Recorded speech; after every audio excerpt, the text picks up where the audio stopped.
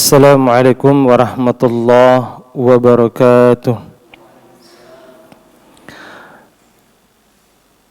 Alhamdulillah hamdan katsiran thayyiban mubarakan fih kama yuhibbu rabbuna wa yarda. Ashhadu an la ilaha illallah wahdahu la syarika lah wa ashhadu anna Muhammadan abduhu wa rasuluh. Allahumma salli wa sallim wa barik ala nabiyyina Muhammad wa ala alihi wa sahbihi wa sallam. Jamaah kaum muslimin, a'azanallahu wa iyyakum. Alhamdulillah, kita bersyukur kepada Allah Jalla Jalaluh atas rahmat dan kasih sayangnya sehingga sampai detik ini masih diberi kesempatan untuk hidup, bisa sehat walafiat. Semoga Allah senantiasa menjaga kita dari segala penyakit, segala virus-virus yang barangkali kesempatan bulan ini begitu Allah uji kaum muslimin dan pada umumnya. Mudah-mudahan kita berharap diri kita, keluarga dan kaum muslimin dijaga oleh Allah Subhanahu wa taala dan sehat selalu, dan berharap mudah-mudahan Allah wafatkan kita di atas Islam dan sunnah Nabi Muhammad sallallahu alaihi wasallam. Jemaah kaum muslimin, a'azanallahu wa iyyakum. Pada kesempatan pagi hari ini insyaallah kita akan melanjutkan kajian cara menangkal sihir, santet dan ain. Namun referensi utama yang kita kaji adalah buku 34 Benteng Penangkal Setan.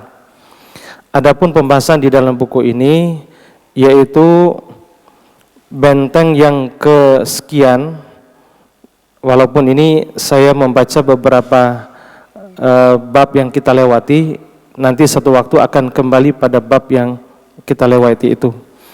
Yaitu pada kesempatan ini insyaallah ta'ala akan kita jelaskan benteng yang selanjutnya, yaitu berdoa kepada Allah Subhanahu wa taala. Salah satu benteng yang paling kokoh untuk membentengi diri dan keluarga dari gangguan sihir, santet dan bahkan virus pun bisa terbentengi dengan doa. Walaupun secara hukum kauniyah perlu kita lakukan. Bahkan Nabi sallallahu alaihi wasallam pun berdoa dalam hadis yang sahih riwayat Imam Ibnu Habban dan juga Imam Abu Daud dan Nasa'i, dan hadis ini disahihkan oleh Syekh Albani.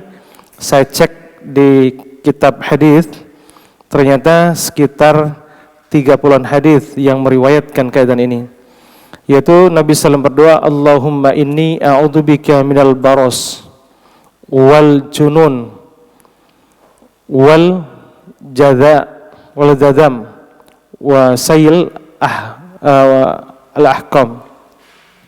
Nabi SAW berdoa dengan doa itu menunjukkan bahwa agar terhindar dari penyakit-penyakit lepra, penyakit gila dan berbagai virus-virus yang ada. Ini menunjukkan bahwa bagian daripada doa atau salah satu ikhtiar kita untuk membentengi diri dari seluruh keburukan-keburukan dan berharap agar kebaikan itu datang ke kita, yaitu dengan cara doa. Bahkan sihir santet pun bisa dihadang dengan kehebatan doa. Nah, Nabi sallallahu alaihi wasallam menyebutkan beberapa riwayat yang sahih berkaitan hal ini. Insyaallah nanti kita akan ungkapkan. Jemaah sekalian, doa dalam bahasa Arab artinya memohon. Doa itu artinya memohon. Nah, sehingga Nabi sallallahu alaihi wasallam dan juga para sahabat, para salafus saleh, rata-rata mereka mengandalkan kekuatan doa di samping menghadapi segala bencana, musibah dan virus itu tetap dihindari. Tapi kekuatan doa pun tetap. Kenapa harus kita munculkan doa menghadapi masalah, terutama kaitan dengan penyakit dan juga berkaitan dengan gangguan jin, sihir dan ain? Karena Nabi SAW mengatakan dalam hadits yang sahih riwayat Al-Hakim bahwa Nabi SAW mengatakan Ad-du'a silahul mu'min. Doa itu senjata bagi orang mukmin. Ad-du'a silahul mu'min. Doa itu senjata bagi orang mukmin. Wa imaduddin, dan tiang agama. Wa nurus sama'i wal ard, memberikan cahaya kepada langit dan bumi.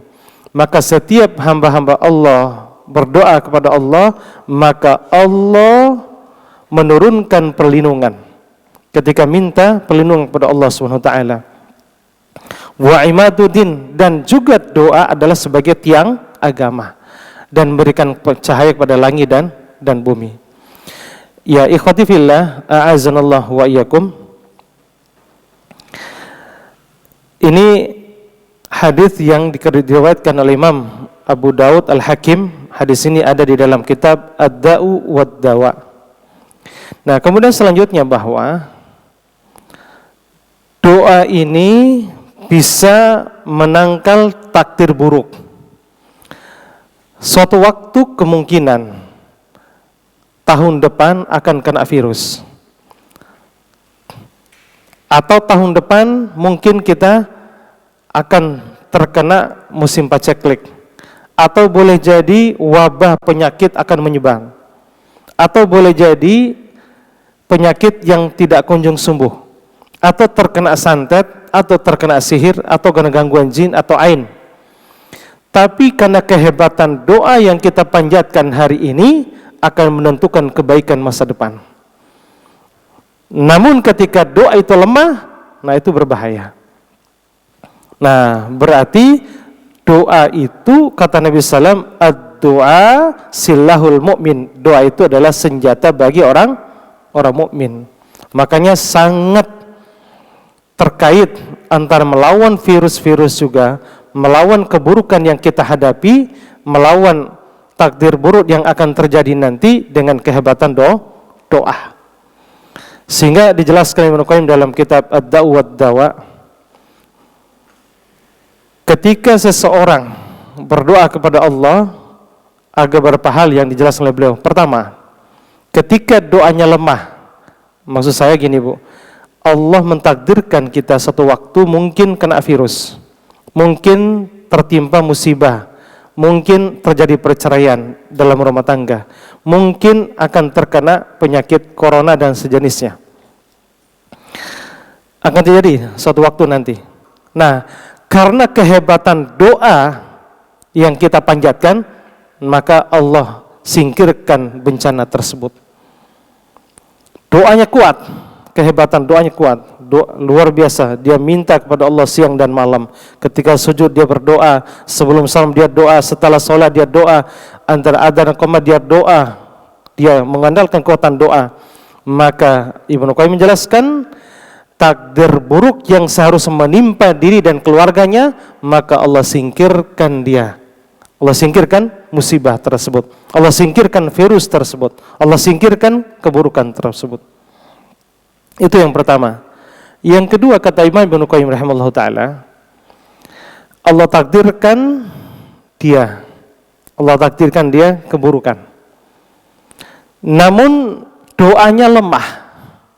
Doanya, dia tetap berdoa, tapi doanya kurang. Doanya lemah. Maka Ibnu Qayyim menjelaskan, orang ini akan dirundung dengan berbagai musibah, bencana, dan diuji oleh Allah dengan berbagai cobaan yang terkadang nggak sanggup dihadapi. Kalau doanya lemah. Makanya Masya Allah, jangan sekali-kali meremehkan doa.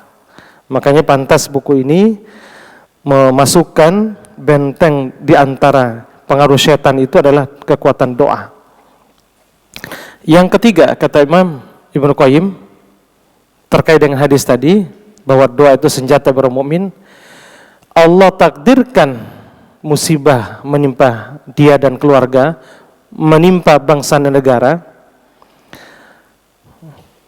Musibahnya kuat, doanya juga kuat. Dia minta kepada Allah begitu hebat dan kuat. Dia doa terus kepada Allah SWT. Karena doanya semangat, doanya kuat, persyaratan doa dia terpenuhi, maka takdir dengan kekuatan doa itu berkelahi. berkali sampai hari kiamat. Itulah kehebatan doa. Sekalipun takdir itu pasti terjadi pada dia, tapi karena doanya kuat, maka Allah singkirkan kekuatan. Maksud saya Allah singkirkan takdir buruk tadi. Masya Allah, sangat terkait dengan masalah yang kita hadapi sekarang, bahwa doa itu mohon jangan lemah. Doa itu jangan lemah. Mulai sekarang kita kuatkan diri kita, keluarga, untuk berdoa selalu memohon kebaikan dan berharap terhindar dari segala keburukan. Ini 3 poin. Nah, bahkan takdir pun tadi bisa disingkirkan, sebagaimana Nabi SAW mengatakan dalam hadis yang diriwayatkan oleh Imam At-Tirmidzi, derajatnya hasan, dihasankan oleh Syekh Al-Albani rahimallahu taala. Nabi SAW mengatakan, la yarudul qada illa bid-du'a. Tidak ada yang bisa menolak takdir kecuali dengan doa. Masya Allah. Sekalipun kita sudah menghindar, jangan ke situ. Di situ ada virus. Sebenarnya virus apapun yang menyebar kita itu memang hukum duniawi tetap. Jangan sampai tawakalnya konyol, gitu Pak. Dia tetap tawakal, tapi usaha juga tetap. Karena ada sebagian orang, ya udahlah nggak apa-apa, datang situ karena ketawakal aja kepada Allah. Yang nggak bisa begitu, tetap hukum kauniyahnya berjalan. Sebagaimana Umar bin Khattab radhiyallahu anhu, ketika memasuki suatu wilayah, mendengar kabar wilayah itu ada virus, wabah yang melanda daerah itu. Tapi Umar bin Khattab ketika mendengar itu, apakah beliau masuk? Enggak, beliau menghindar. Akhirnya dia pulang lagi. Umar bin Khattab yang ditakuti oleh syaitan dan ketakwaan kuat kepada Allah pun beliau terhindar dari apa? Masuk ke wilayah yang kena wabah. Masuk wilayah kena virus tersebut. Makanya tidak boleh kita hanya mengandalkan tawakal konyol. Maksudnya tawakal aja. Nah, tawakal juga harus ada ikhtiar. Nah, di samping ikhtiar, kalau memang ada orang kena virus gini-gini, ya udah kita berusaha menghindar, isolasi diri. Dan doanya juga harus kuat. Nah, antara ikhtiar dengan doa itu harus kuat. Nah, ada orang yang sudah berusaha menghindar dengan pakai masker, dengan ini dan itu, semuanya sudah berusaha tadi. Tetapi karena doanya lemah, maka orang ini akan tertimpa musibah.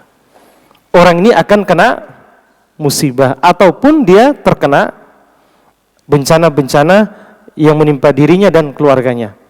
Maka itu yang disebutkan oleh Nabi SAW, untuk bisa menangkal segala takdir buruk yang kemungkinan terjadi pada diri kita, keluarga, teman-teman kita, bangsa negara kita, maka hadapilah dengan doa.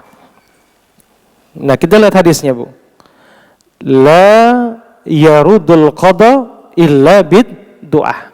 Tidak ada yang bisa menolak takdir kecuali dengan doa.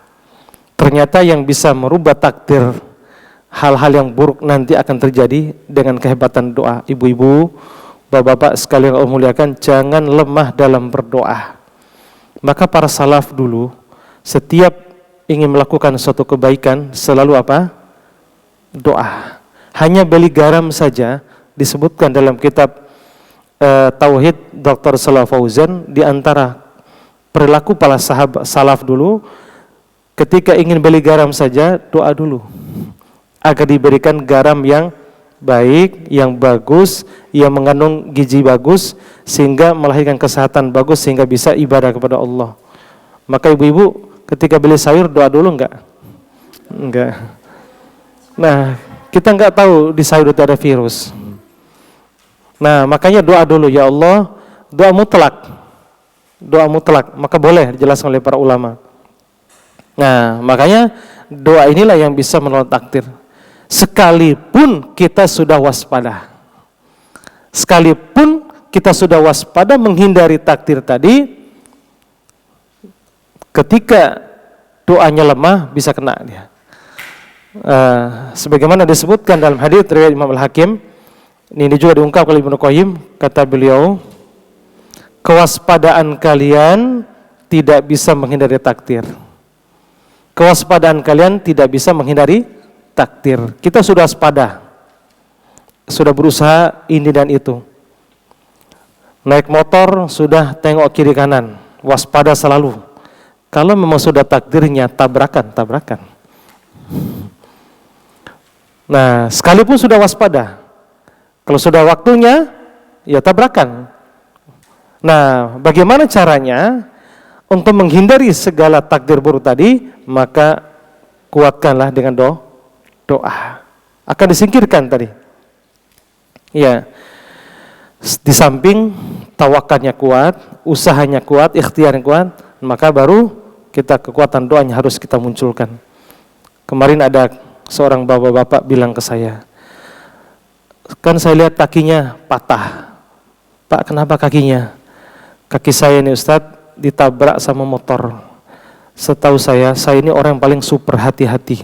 Setiap melangkah selalu hati-hati. Padahal saya sudah melihat kanan, ke kiri, enggak ada kendaraan yang lewat. Udah baru bismillah saya nyebrang, enggak tahu dari mana motor itu lewat, tabrak, hantam kaki beliau, akhirnya patah. Akhirnya saya membawakan satu hadis tadi, nasihat beliau, Pak, kakek, sekalipun kakek sudah hati-hati, bapak sudah super hati-hati bagus Bu ya. Tetapi kalau tidak berdoa, maka tetap kena musibah. Tapi kenapa Bu? Kena bencana dan musibah menimpa diri kita dan keluarga. Nah, hadis tadi bahwa kewaspadaan kalian tidak bisa menghindari takdir. Makanya yang bisa merubah takdir buruk adalah kehebatan doa. Makanya mohon doa ini selalu kita panjatkan. Ya, secara umum meminta kebaikan dari Allah dan menolak segala keburukan. Itu intinya. Kita minta segala kita berdoa kepada Allah agar terhindar dari segala bencana, musibah, penyakit, virus-virus apapun menimpa diri kita dan keluarga. Sehingga kita selalu sehat dan berharap mudah-mudahan kita selalu bahagia dan juga bisa masuk surga insya Allah Ta'ala. Nah, cuma semulia kan? Selanjutnya berkaitan dengan hal ini, kita lihat hadis yang dibawakan oleh para ulama di buku ini. Agar terhindar dari syaitan, ternyata harus memunculkan kekuatan dengan doa. Karena memang tidak ada ibadah yang paling mulia di sisi Allah kecuali doa. Sehingga Nabi mengatakan dalam riwayat Imam Tirmidzi, hadisnya sahih, laisa syai'un akramu 'alallah illa bid-du'a. Tidak ada sesuatu yang paling dimuliakan oleh Allah, ibadah yang paling mulia di sisi Allah kecuali dengan doa. Ternyata ibadah yang paling mulia di sisi Allah adalah doa. Nah, kita lihat bagaimana hadis-hadis yang menjelaskan agar kita terhindar dari penyakit, terhindar dari godaan syaitan dan kutuk, ternyata harus dilawan dengan doa. Mungkin doa-doa umum, ya Allah, lindungilah hamba dari segala sihir, santet, dari gangguan jin atau ain. Dan andaikan hamba terkena santet, lepaskanlah dari santet tersebut. Doa-doa mutlak seperti itu boleh, sebagian ulama mengatakan demikian. Nah, kita lihat an Abi Al-Azhari Al-Anamari anna Nabi sallallahu alaihi wasallam kana idza akhadha madja'ah minal laili qala bismillahi wada'tu jambi Allahumma ighfirli dhanbi wa ahsi syaitani wa fukka rihani waj'alni fi nadi al-ala. Diriwayatkan dari Abu Al-Ajhar Al-Anmari radhiyallahu an, sesungguhnya Nabi sallallahu alaihi wasallam, bahwa Rasulullah sallam hendak tidur pada malam hari. Nah, perhatikan, dengan menyebutkan bismillah sambil beliau meletakkan pipinya ke bantal atau sebelumnya boleh. Nabi SAW berdoa, Bismillah, wada'tu jambi. Dengan menyebut nama Allah, aku meletakkan rusukku. Ya Allah, Allahumma ufirli dzambi. Ya Allah, ampunilah dosaku, ampunilah aku dan dari dosaku. Wa akhsi syaitani. Ya Allah, tundukkanlah setanku. Tundukkanlah setanku. Nah, perhatikan. Nabi berdoa, wa akhsi syaitani. Ya Allah, tundukkanlah setanku. Berarti ada setan-setan berusaha menghampiri ketika kita tidur atau mungkin di luar di mana saja. Nabi berdoa, wa akhsini wa akhsi syaitan. Ya Allah, tundukkanlah setanku. Kemudian Nabi SAW berdoa, selamatkanlah diriku dan jadikanlah aku termasuk golongan orang-orang yang tertinggi. Golongan orang yang tertinggi. Nah, hadis ini menunjukkan bahwa Nabi SAW pun ketika tidur berdoa agar terhindar dari syaitan. Makanya walaupun ritual menjelang tidur ini cukup panjang, maka sudah jelaskan sebelumnya bahwa ritual-ritual ketika mau tidur menunjukkan panjang sehingga syaitan itu bisa takluk dengan kita, syaitan tidak bisa menguasai kita. Ya, ini dalil menunjukkan bahwa Nabi berdoa agar terhindar dari syaitan, agar syaitannya takluk, syaitannya tunduk, maksudnya tidak bisa menguasai kita di saat kita tidur ataupun di kesempatan lain.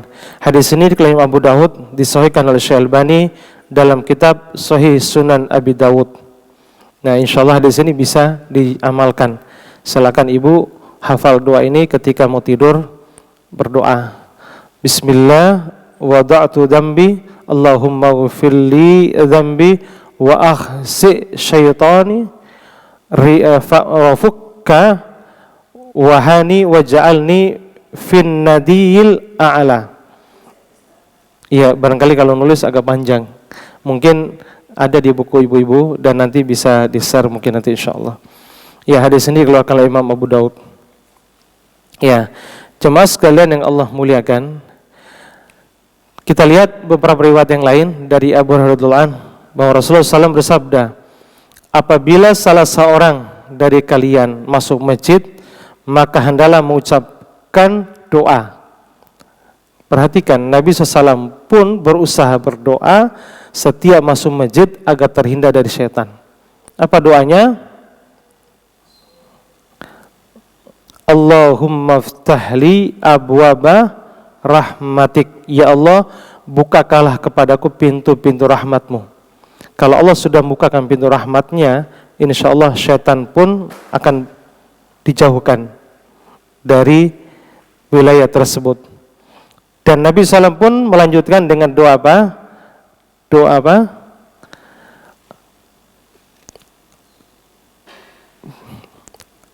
A'udzu billahi minasyaitonir rajim wa bisautil qadim minasyaitonir rajim. Itu diantaranya. Maaf, saya agak lupa ingat. Padahal sering tiap masuk masjid saya baca itu. Agak lupa. Dan bahkan Nabi SAW pun ketika keluar rumah, keluar masjid, Nabi SAW pun membaca doa juga. Doa apa? Salah satu doa yang dibaca Nabi SAW di samping Allahumma inni as'aluka min fadlik, Nabi berdoa setiap masuk masjid, Allahumma ajirni minasyaitonir rajim. Allahumma ajirni minasyaitonir rajim. Ya Allah, jauhkanlah aku dari syaitan. Nah, ini doa Nabi agar terhindar dari syaitan. Setelah di dalam masjid dicurahkan rahmat, masuk masjid Nabi berdoa, keluar masjid Nabi juga berdoa. Berarti di masjid pun tidak lepas daripada godaan syaitan. Bisa enggak virus masjid? Bisa, kan gitu. Bahkan Masjidil Haram pun, para masjid di Mekah pun ditutup juga. Katakan virus, karena memang dalil-dalil menunjukkan hal ini cukup banyak, dan dalil-dalil tentang menghindari daripada virus pun banyak. Hadirin kaum muslimin, a'azzallahu iyyakum, ini bisa dilihat dalam hadis yang diriwayatkan oleh Imam Abu Dawud dan juga Imam Tirmidzi terkait dengan doa keluar masjid agar terhindar dari syaitan. Nah, beberapa dalil ini menunjukkan bahwa doa kepada Allah agar terhindar dari bisikan syaitan itu perlu, dan bahkan agar terhindar dari bala, bencana, penyakit, virus apapun yang akan menimpa diri kita dan keluarga, maka hadapilah dengan kekuatan doa. Kata jemaah sekalian, dalam Sahih Muslim jelaskan bahwa tidak ada satupun doa yang sia-sia. Pasti doa itu akan ada manfaatnya. Sebagaimana disebutkan dalam hadis tersebut bahwa ketika hamba Allah berdoa pasti akan diberikan salah satunya. Pasti akan diberikan salah satunya. Yang pertama kata Nabi SAW, yaitu ayu ajila da'watuh. Setiap kita doa dan bermohon kepada Allah Subhanahu wa taala, maka permohonannya akan segera dikabulkan oleh Allah Subhanahu wa taala. Ya, langsung segera dikabulkan. Itu pertama, Bu. Ketika setiap kita minta berdoa kepada Allah Subhanahu wa taala, maka langsung Allah ijabah. Ya, barangkali suatu waktu ketika ibu melewati sesuatu yang berbahaya, ibu berdoa, boleh jadi kekuatan doa itu bisa menghindari segala keburukan tadi. Yang kedua kata Nabi SAW, sebagai simpanan di akhirat.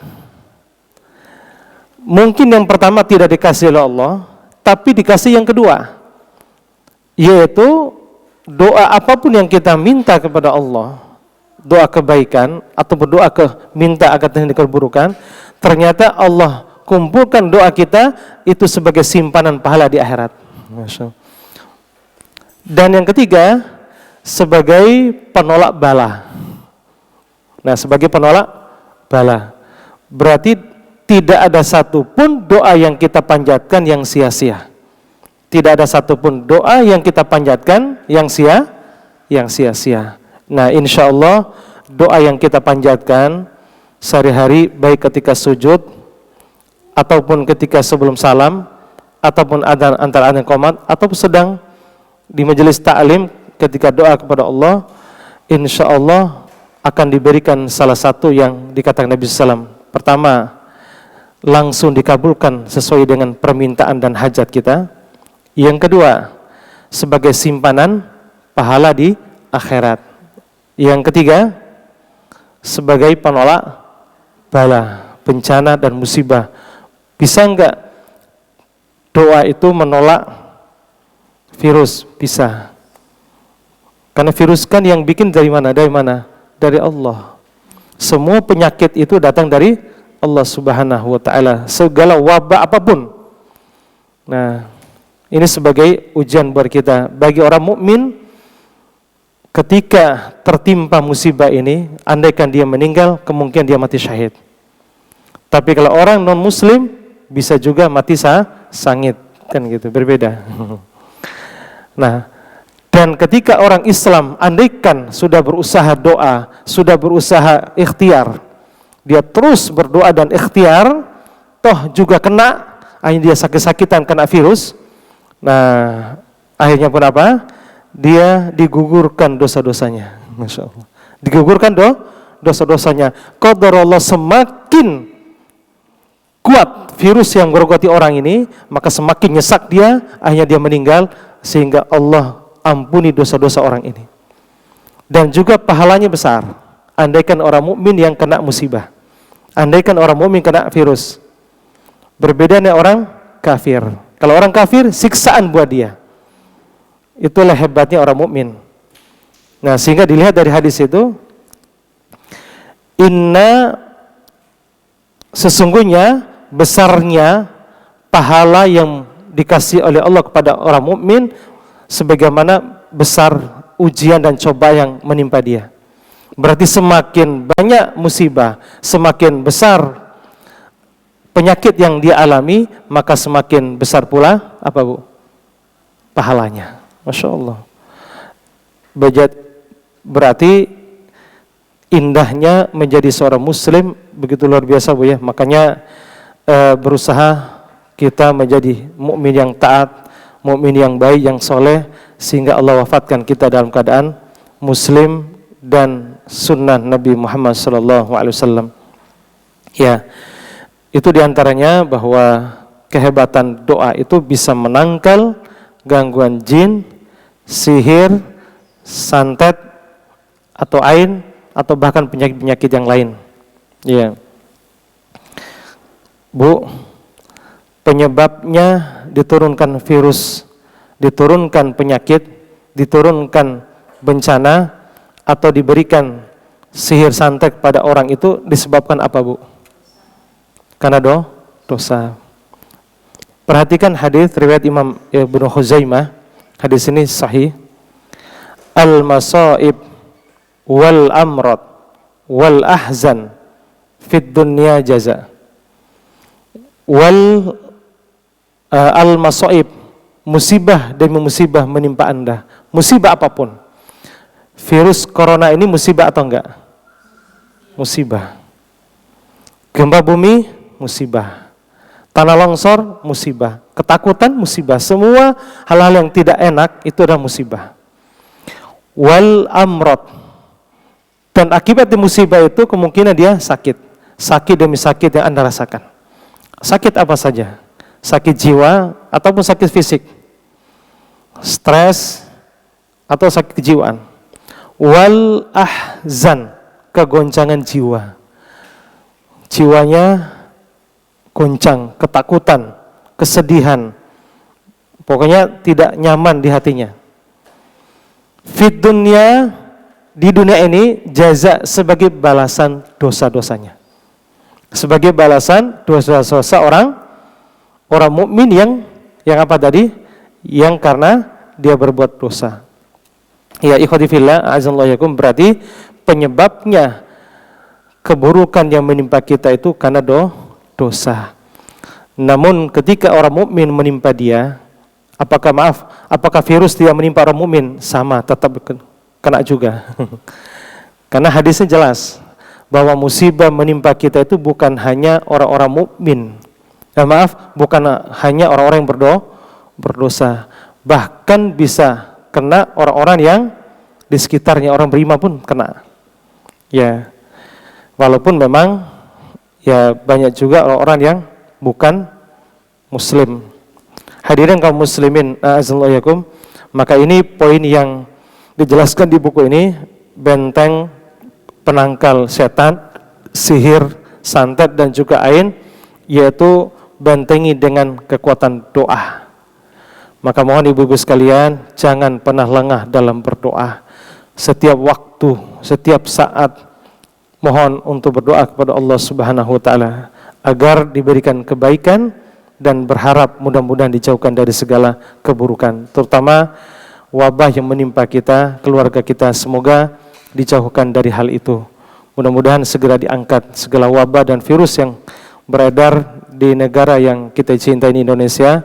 Mudah-mudahan kita selamat dari hal itu. Wallahu ta'ala alam. Dan mudah-mudahan andaikan ada saudara kita yang tertimpa hal itu, meninggal, khususnya yang muslim, mudah-mudahan diampuni dosa-dosanya dan juga diangkat derajatnya, dan semoga mudah-mudahan dia mati syahid. Amin ya rabbal alamin. Dan berharap kita juga akan mati dalam keadaan husnul khotimah dan juga mati syahid insyaallah.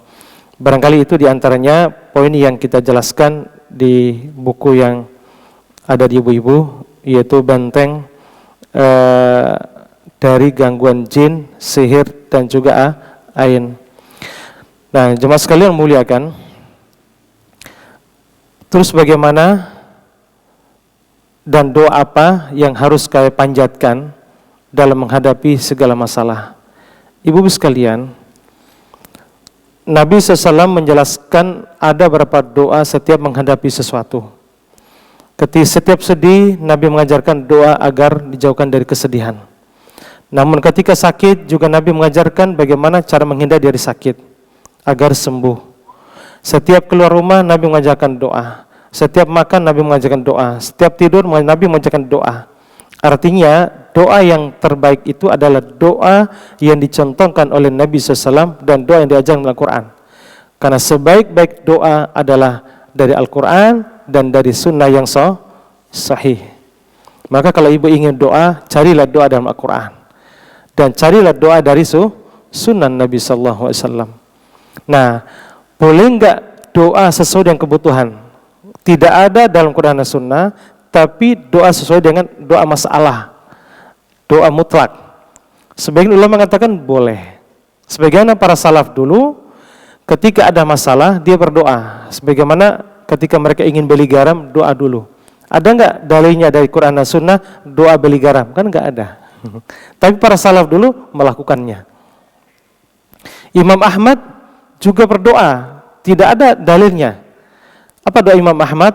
Allahumma amitna alal Islam wa sunnah. Ya Allah, wafatlah kami di atas Islam dan sunnah. Nabi tidak pernah mengajarkan doa ini. Tapi Imam Ahmad berdoa. Berarti menunjukkan doa hajat, doa masalah itu boleh. Masalah yang kita hadapi, doa apa saja boleh. Nah, terutama masalah yang kita hadapi. Kalau ibu-ibu menjadi seorang istri, maka berdoalah kepada Allah semoga tetap istiqomah dengan suami yang soleh. Dan posisi ibu menjadi ibu dari anak-anak, berdoalah kepada Allah semoga Allah memberikan ibu yang soleh di depan anak-anaknya. Andaikan kita menjadi hamba Allah, kita berdoa kepada Allah agar kita tetap menjadi hamba Allah yang baik, yang taat kepada Allah SWT. Nah, itu tetap Bu ya, berdoa selalu, jangan sampai lengah. Nabi SAW pun selalu berdoa. Itu yang perlu kita sampaikan pada poin yang kalau di buku ini poin ke 20, tetapi di sini kita lewati beberapa poin Bu ya. Nanti insya Allah di kesempatan lain tetap kita kaji yang sudah terlewati. Nah, hadirin kaum muslimin, a'azallahu iyyakum. Kemudian mohon jangan pernah meremehkan waktu-waktu berdoa. Mohon ibu jangan meremehkan waktu-waktunya. Ternyata para salaf dulu, Nabi SAW pun memperhatikan waktu-waktu mustajabud doa. Di samping memperhatikan adabnya, yang barangkali ini sudah kita jelaskan di beberapa majelis yang lain, waktu di Kelapa Gading ya, khusus masalah doa ini. Tapi karena ada kaitan dengan cara membentengi diri dari sihir, santet dan ain, karena ada judul seperti itu ya, kita kaitkan dengan pembahasan itu. Ya, di antara waktu-waktu mustajab mohon ibu amalkan, yaitu antara adzan dan iqamah. Ini waktu-waktu yang sering kita lalai. Saya perhatikan di beberapa majelis dan beberapa masjid, seringkali bapak-bapak, ibu-ibu antara adzan iqamah itu dimanfaatkan waktu untuk ngobrol dan main HP. Padahal waktu itulah waktu yang mustajabud doa. Perhatikan hadis dalam Imam At-Tirmidzi derajatnya hasan. Nabi SAW mengatakan, la yarudud doa bainal adani wal iqamah. Doa yang dipanjatkan antara adzan dan iqamah, la yarudud, tidak akan ditolak. Masya Allah, tidak akan ditolak doa yang dipanjatkan antara adzan dan iqamah. Mohon ibu manfaatkan waktu-waktu genting seperti ini, dibutuhkan kehebatan doa kita. Doa Masya Allah itu luar biasa Bu, menghindari dari segala keburukan yang menimpa kita. Nah, boleh enggak angkat tangan? Syekh bin Baz rahimallahu ta'ala membolehkan mengangkat kedua tangan antara adzan dan iqamat, karena ini doa mutlak. Sekalipun tidak ada dalil khusus menjelaskan ini, karena ini adalah doa mutlak, boleh mengangkat kedua tangan seperti ini. Tidak begini Bu ya, apalagi begini, enggak, tetap seperti ini posisi doanya. minta kebaikan dari Allah dan terhindar dari segala keburukan. Wabak, musibah, virus, penyakit apa saja menimpa kita, minta kepada Allah agar kita dijauhkan dari penyakit tersebut. Walaupun tadi saya bilang tadi, sekalipun kita sudah hati-hati menghadapinya, menghindar, sudah pakai masker, sudah cuci tangan dengan antivirus, tetap kalau memang sudah waktunya. Bagaimana caranya? Ya tetap doa agar terhindar dari hal itu. Ya, itu waktu yang mustajab adalah antara adzan dan qomat. Ini yang sehari-hari yang langsung kita amalkan. Yang kedua, yang sehari-hari yang langsung kita praktekkan yaitu indas sujud, ketika sujud. Berarti kan sebentar lagi duhur. Setiap sujud doa kepada Allah. Ya, kata Nabi SAW, tidak ada waktu yang paling dekat antara aku dengan hambaku kecuali dengan sujud. Maka Nabi menyuruh fa'aktsirus sujud, fa'aktsirud doa indas sujud. Perbanyaklah doa ketika sujud. Nah, pertanyaannya, bolehkah pakai bahasa Indonesia? Sebagian ulama mengatakan boleh. Karena ini disuruh memperbanyak doa. Doa sesuai dengan hajat kita. Apa saja hajat kita, silakan. Keluh kesah kepada Allah sangat dianjurkan. Makanya jangan pernah keluh kesah dengan manusia. Terkadang manusia bosan mendengarkannya, tapi Allah nggak pernah bosan keluhan kita. Silakan menangis apa yang kita hadapi dengan maksud saya masalah keluarga, masalah pribadi, masalah usaha apapun, maka silakan keluh kesah dengan Allah Subhanahu wa taala. Itu waktu mustajab Bu ya, ketika sujud. Nah, kemudian sehari-hari juga boleh nggak berdoa setelah sholat? Syekh bin Baz mengatakan salah satu waktu mustajab itu adalah setelah sholat. Buktinya Nabi SAW mengajarkan doa setelah sholat, Allahumma ana ala dzikrika wa syukrika husni ibadatik. Yaitu doa, di Nabi menyuruh kepada salah seorang sahabat Nabi, setelah anda selesai sholat, ucapkanlah Allahumma a'inni ala dzikrika wa syukrika wa husni ibadatik. Berarti menunjukkan bahwa ini ada doa. Walaupun ulama ahlu sunnah yang lain tidak ada doa setelah sholat. Tidak ada doa setelah sholat. Berarti boleh doa, boleh tidak. Namun yang saya tekankan adalah antara adzan dan qomat dan setelah apa? Sebelum salam. Sebelum salam tahiyat doa. Doa sebelum salam. Ya. Kemudian selanjutnya waktu-waktu mustajab yang langsung kita hadapi yaitu sepertiga malam akhir. Disebutkan dalam riwayat Abu Daud, Nasai dan hadisnya sahih bahwa Nabi SAW mengatakan di sepertiga malam akhir Allah sendiri yanzilu Rabbuna tabaraka wa ta'ala, Rabb kami Allahu ta'ala turun ila sama'id dunya, ke langit dunia. Kapan? Sepertiga malam akhir. Di sepertiga malam akhir turun apa Bu? Allah Subhanahu wa ta'ala menyaksikan hamba-hambanya. 3 hal.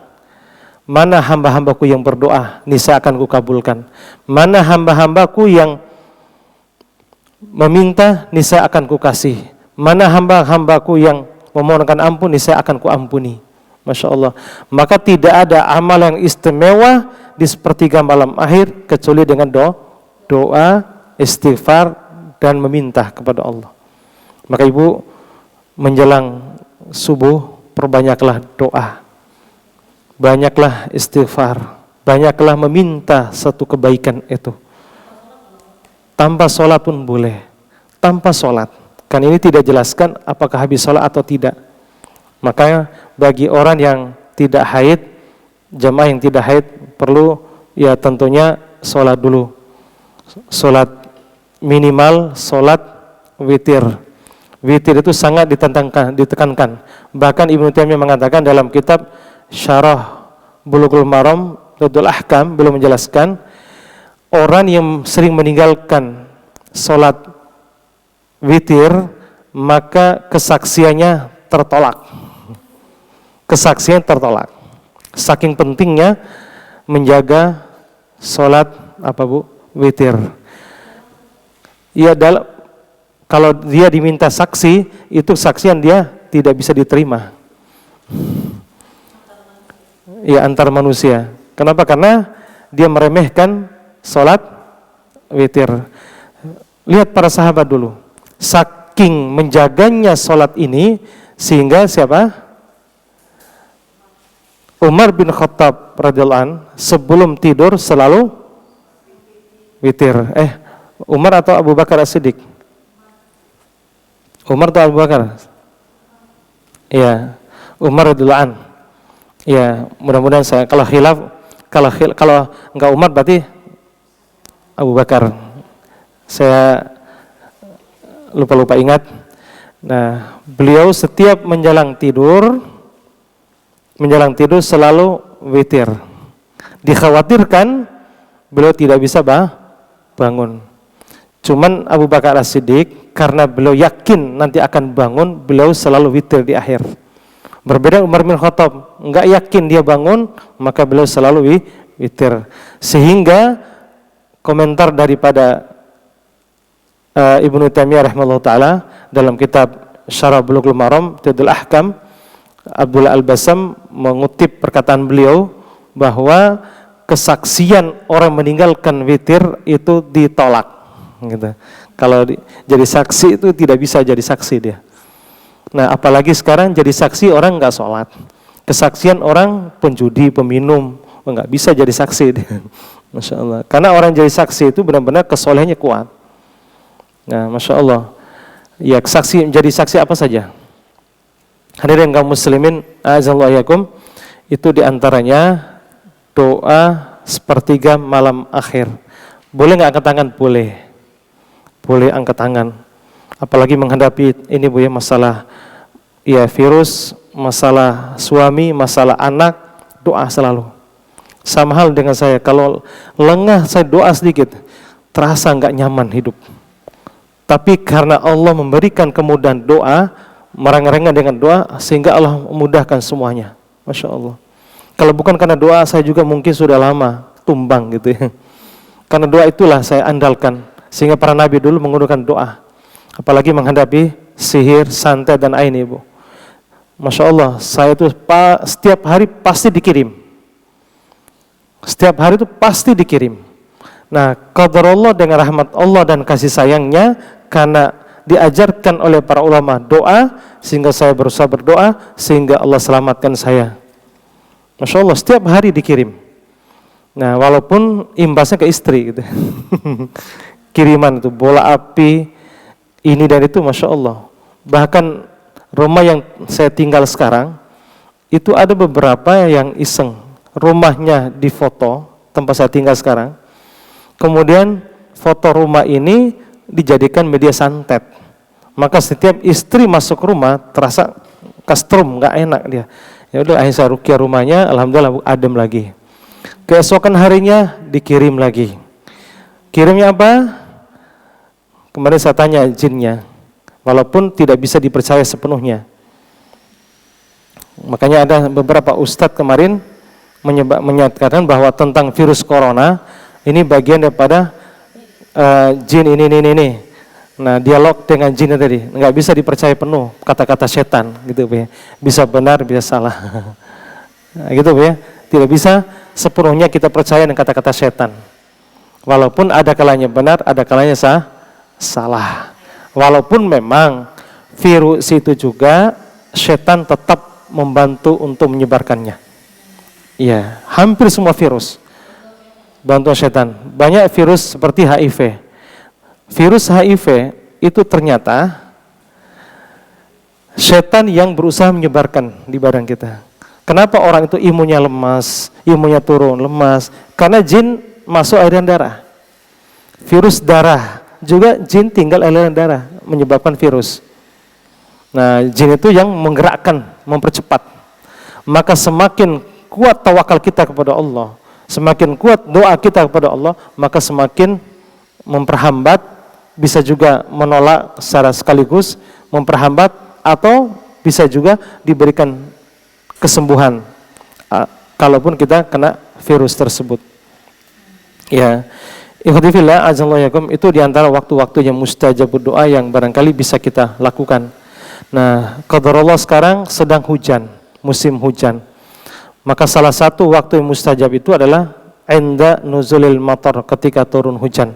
Mohon ibu manfaatkan ketika turun hujan berdoa kepada Allah. Di samping doa induk, Allahumma shayban nafi'an. Ya Allah, turunkan hujan ini semoga bermanfaat buat kami. Nah, selain itu juga doa agar diberikan kebaikan dan terhindar dari segala keburukan. Maka silakan ibu memperbanyak apa? Memperbanyak doa di saat hujan turun. Apalagi sekarang kan musim hujan. Nah, itu diantaranya waktu-waktu mustajab untuk kita berdoa kepada Allah Subhanahu wa taala. Namun adab-adabnya ya bisa dilihat di YouTube, kan sudah ada tentang adab-adab berdoa. Di antaranya yaitu menghadap ke kiblat, walaupun boleh selain kiblat boleh, tapi lebih utama menghadap ke kiblat. Diawali dengan pujian kepada Allah, selawat, sedekah, dan langsung isi doa, baru ditutup dengan selawat. Mudah-mudahan dengan cara seperti itu Allah mengabulkan doa dan permohonan kita kepada Allah Subhanahu wa taala. Barangkali ini yang perlu kita sampaikan pada kesempatan ini. Lebih dan kurang maaf. Barangkali ada yang perlu ditanyakan. Barangkali ada yang perlu ditanyakan dari ibu-ibu.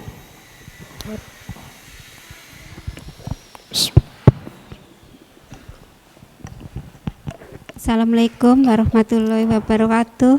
Assalamualaikum warahmatullahi wabarakatuh. Ya, Pak Ustadz mau nanya, ini yang tentang ketika sujud doa. Katanya kan kalau doa kita doanya bicara, misalnya kita ya Allah kita minta apa gitu, itu katanya membatalkan sholat.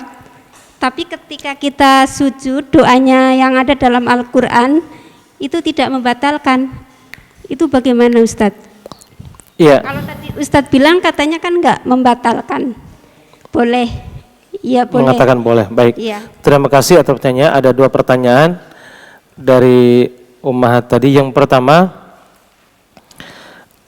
bahwa sebagian orang mengatakan berbicara berbahasa Indonesia, berbahasa kita ketika kita sholat katanya batal. Karena masalahnya kan doa itu kan bahasa kita. Nah, ada yang mengatakan itu batalkan sholat. Nah, setelah saya analisa, dulu pernah saya mengatakan demikian juga. Karena makna sholat itu adalah gerakan tertentu, mulai diawali dengan takbir, diakhiri dengan salam, dengan ketentuan tertentu. Di antara ketentuan tadi, apa ketentuannya? Lafadznya pakai bahasa Arab. Nah, bagaimana kalau sekiranya kita doa? Nah, sebagian ulama mengatakan ini kaitan doa berbeda dengan ngobrol dan yang lainnya.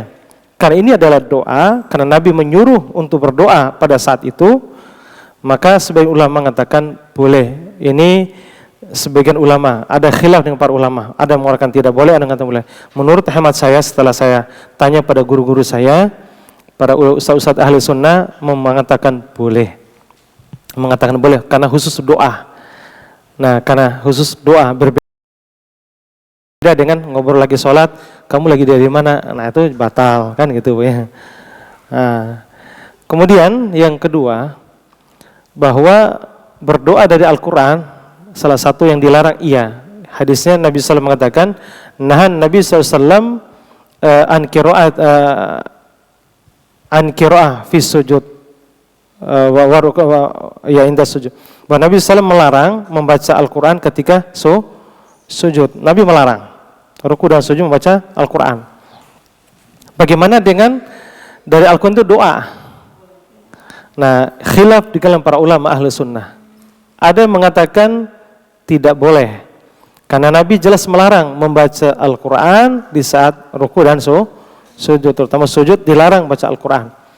Seperti doa Rabbana atina fid dunya hasanah, itu kan baca Al-Quran. Nah, sebagian ulama mengatakan ini adalah tidak boleh. Nah, sebagian ulama yang lain mengatakan adalah boleh. Berbeda antara baca Al-Quran dengan doa.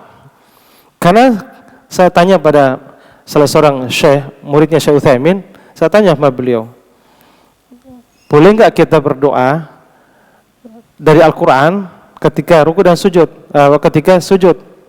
Kata beliau boleh.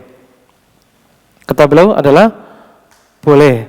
Karena sebaik-baik doa itu dalam Al-Quran dan Sunnah. Nah, berbeda dengan baca Al-Quran. Kalau sujud, Alhamdulillahirabbil qul huwallahu ahad, nah berbeda. Nah, agar lebih selamat, disinkronkan dua pendapat ini. Gimana caranya? Lafaz-lafaz doa itu dirubah. Contoh, dalam Al-Quran, Rabbana atina, kan itu Al-Quran teksnya. Nah, dirubah dengan Allahumma Rabbana. Berarti kesannya tidak dari Al-Quran. Paham? Allahumma Rabbana. Nah, Rabbana ghfir lana wal ikhwanil ladzina sabaquna bil iman. Itu kan Al-Quran. Gimana caranya? Allahumma ghfir lana. Nah, terus Allahumma ditambah dengan Allahumma. Contoh doa Al-Quran lagi apa lagi? Ya, apa saja doa Al-Quran maka ditambahkan Allahumma. Ya? Kenapa? Nah, Robbi ja'alni, Allahumma ja'alni, gitu bisa. Allahumma ja'alni. Nah, itu ditambah dengan lafaz Allahumma. Nah, artinya boleh, sekalipun tadi tidak ditambah pun itu boleh. Untuk kehati-hatian menghindari perselisihan, penjelasan para ulama, kita di tengah-tengah tambahkan Allahumma sehingga tidak ada khilaf. Tidak ada khilaf. Wallahu taala alam. Baik, ada yang lain?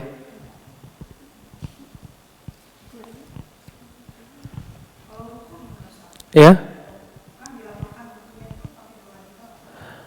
Kalau ruku sebenarnya tidak ada doa khusus kecuali tidak ada bacaan yang doa tambahan kecuali disebutkan dalam hadis itu diantaranya subuhun kudusun, nah atau subhana rabbiyal a'zim.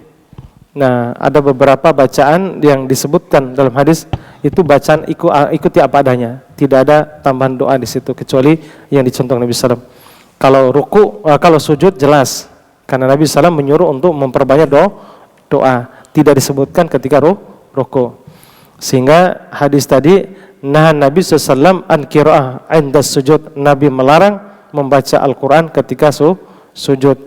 Tetapi kalau doa, khusus doa sebelum membolehkan. Nah, terjadi khilaf tadi. Wallahu taala alam. Baik, ada yang lain? Ustadz, menurut Ustadz dengan kondisi kita dengan virus corona ini, kira-kira perlu nggak kita untuk sholat kunut nazilah gitu Ustadz? Baik, jazakillahu khairan atas pertanyaannya. Bolehkah kunut nazilah untuk menghadapi virus ini? Terjadi khilaf dengan para ulama ahli sunnah. Di dalam kitab Sahih Fiqh Sunnah ada beberapa waktu dan tempat dijelaskan oleh para ulama menghadapi kunut. Perlu kita jelaskan bahwa kunut itu artinya doa. Kunut itu artinya tunduk. Nah, kunut pertama adalah kunut ketika witir, ini tidak ada khilaf.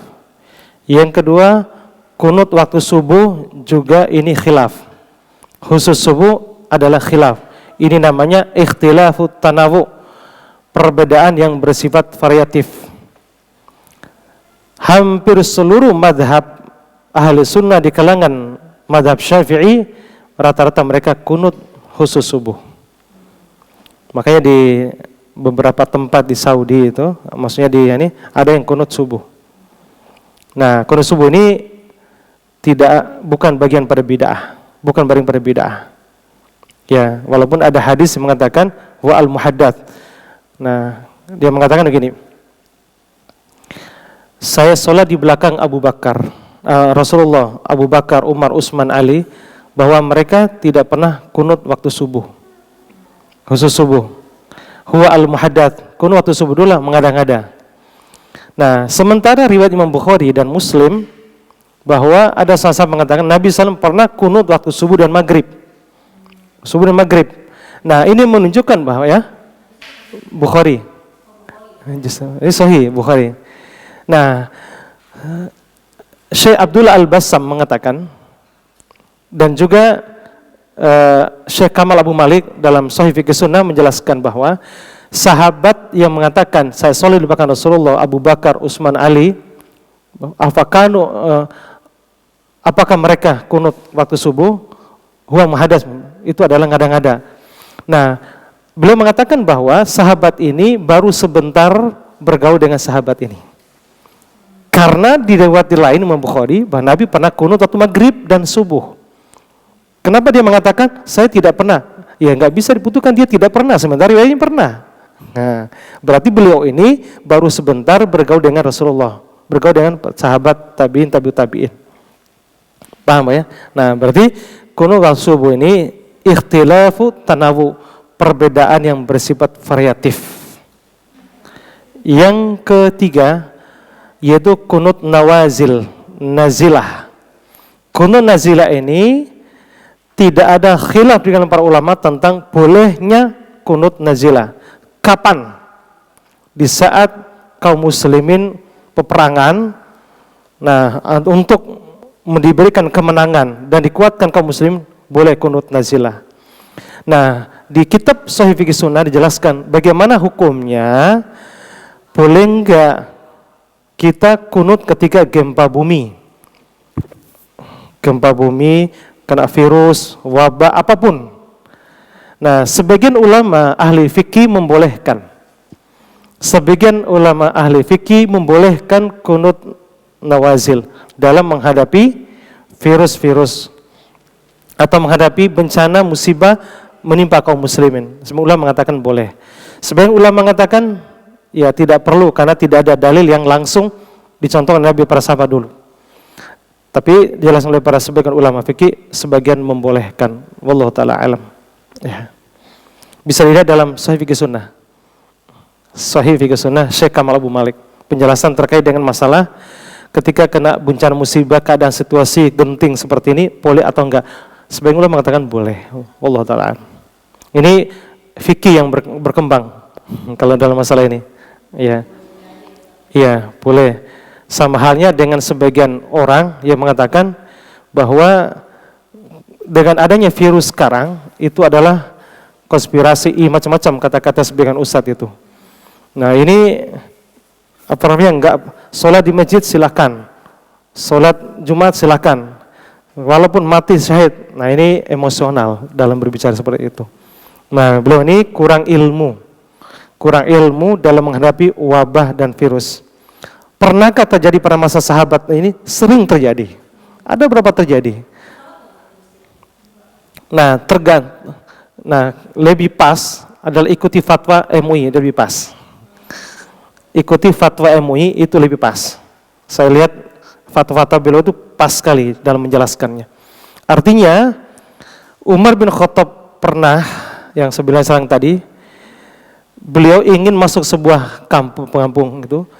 Beliau dengar bahwa di situ ada wabah yang sedang berkembang. Hanya beliau setelah mendengar hal itu, beliau kembali, enggak jadi masuk. Umar bin Khattab keimannya tingkat tinggi, setan pun takut dengan beliau. Beliau pun enggak berani masuk, ayo kembali. Sikap sahabat yang begitu luar biasa pun, ya beliau enggak jadi masuk tadi. Nah, dan juga ini kesepakatan para ulama di Saudi aja, Masya Allah. Dan ini kan ulama-ulama besar di sana. Itu aja masjid ini enggak dipakai untuk sholat berjamaah. Bahkan fatwa dunia dan fatwa kontemporer yang ada di negara kita ini dari MUI pun, yang paham tentang waqi kan MUI. Dunia memfatwakan dan juga lokal juga memfatwa, berarti kan kuat. Berarti kembali kepada hukum fikih. Maka sangat tetap hati-hati tadi. Terus, kalaupun ada ustaz mengatakan silakan ini dan itu, ini kan bagian pada istihad beliau. Kalau mati syahid, iya. Bukankah suatu kedoliman nanti, andaikan kita punya virus, kita datang sholat berjamaah, virus yang ada di diri kita menyebar ke orang lain, bukankah kedoliman? Bukankah ini dosa? Bukankah ini adalah satu berbuat keburukan juga, kan gitu. Nah, makanya fatwa MUI tadi mengatakan bahwa andaikan wilayah tertentu sudah terindikasi banyak tersebar virus, nah usahakan jangan masuk wilayah itu dan sholat Jumatnya jangan sholat di masjid.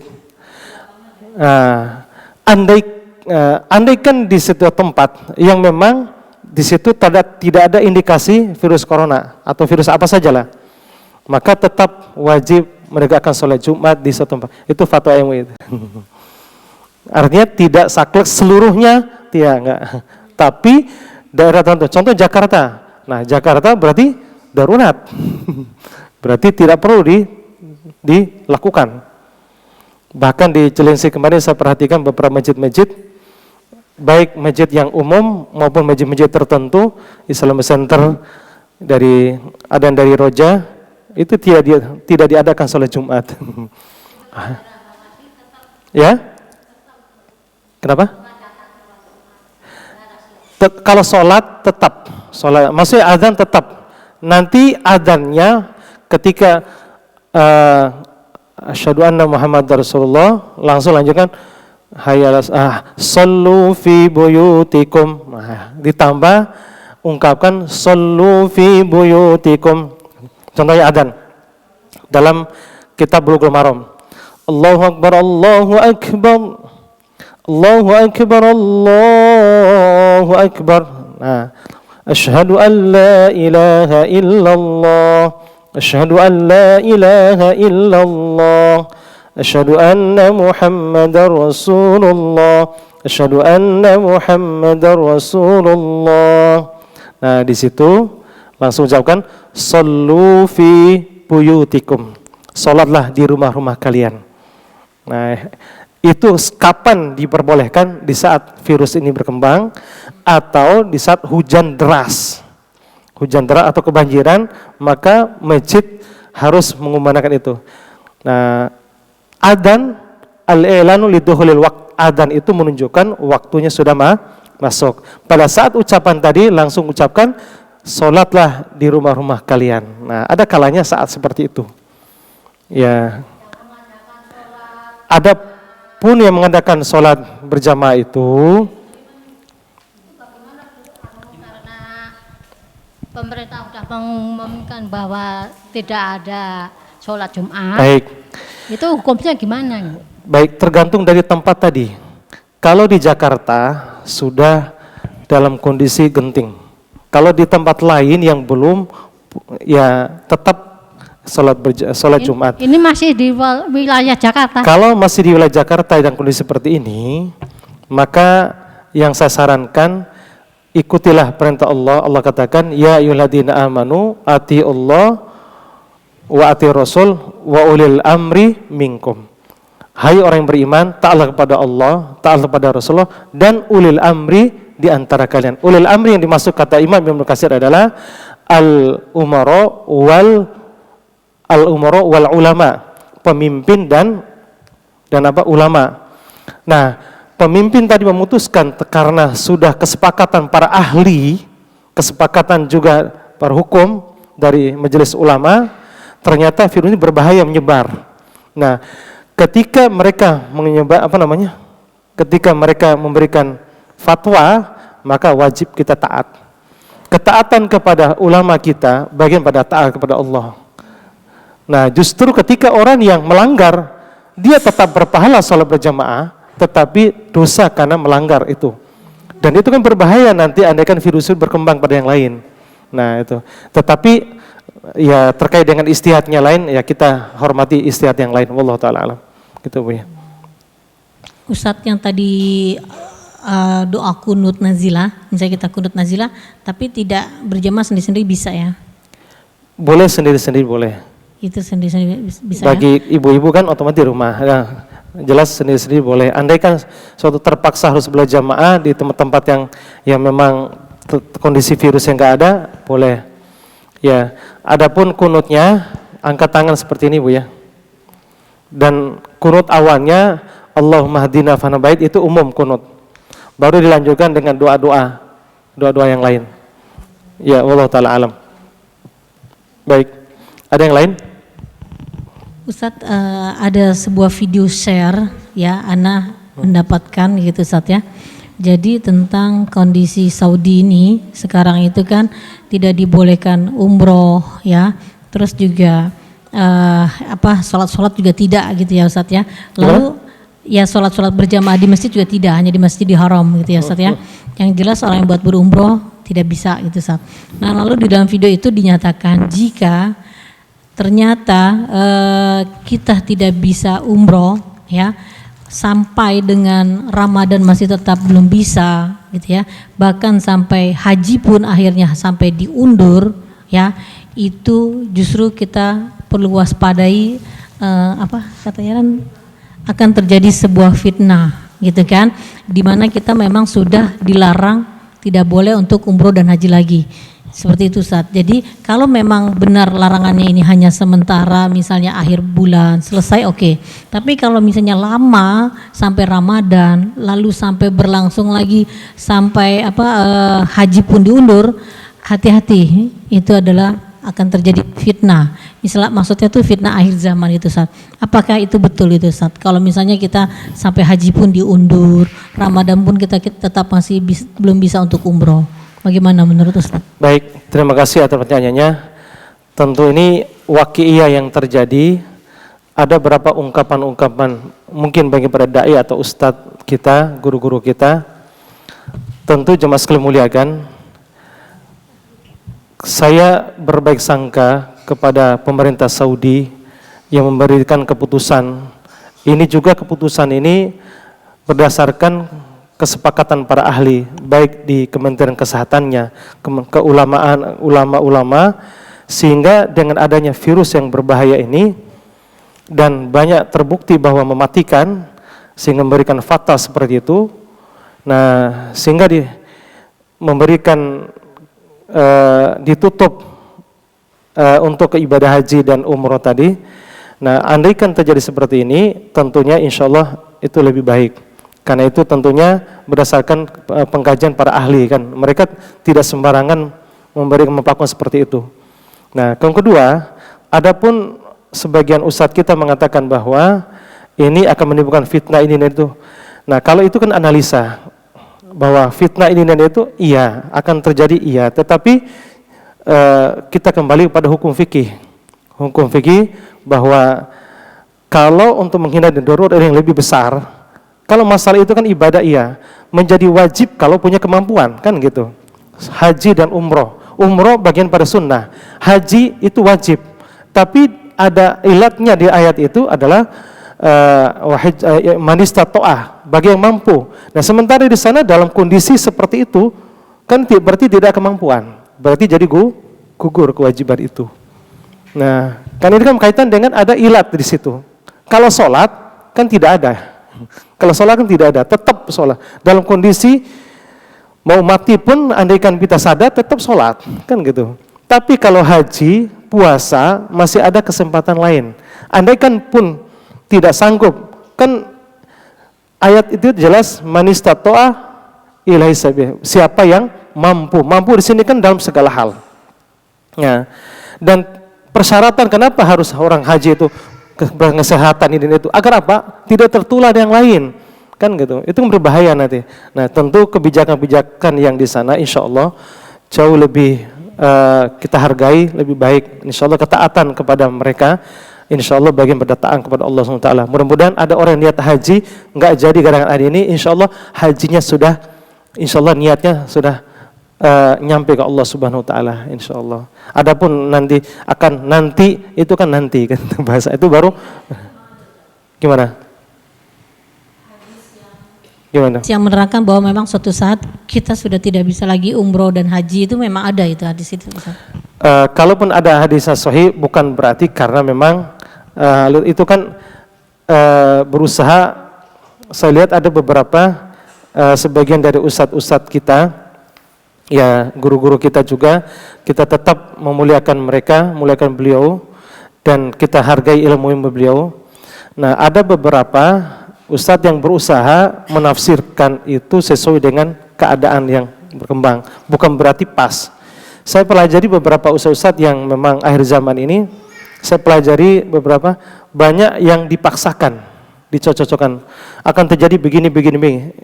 akan PKI mengada-ngada menguasai Indonesia ini tahun 2000 berapa kemarin? Tahun 2000 sekian. Ini udah lewat, ini belum kan itu. Udah kelewat tahun sekian akan terjadi ini. Nah, apalagi beliau mengatakan umur umat Islam. Bahwa umur umat Islam itu akan begini-begini, nanti akan jadi begini-begini. Ketahuilah bahwa setelah kita runuk sanad-sanad hadis ini, tidak ada satupun hadis yang sahih menjelaskan tentang umur umat Islam. Nah, beliau berani memastikan akan terjadi begini.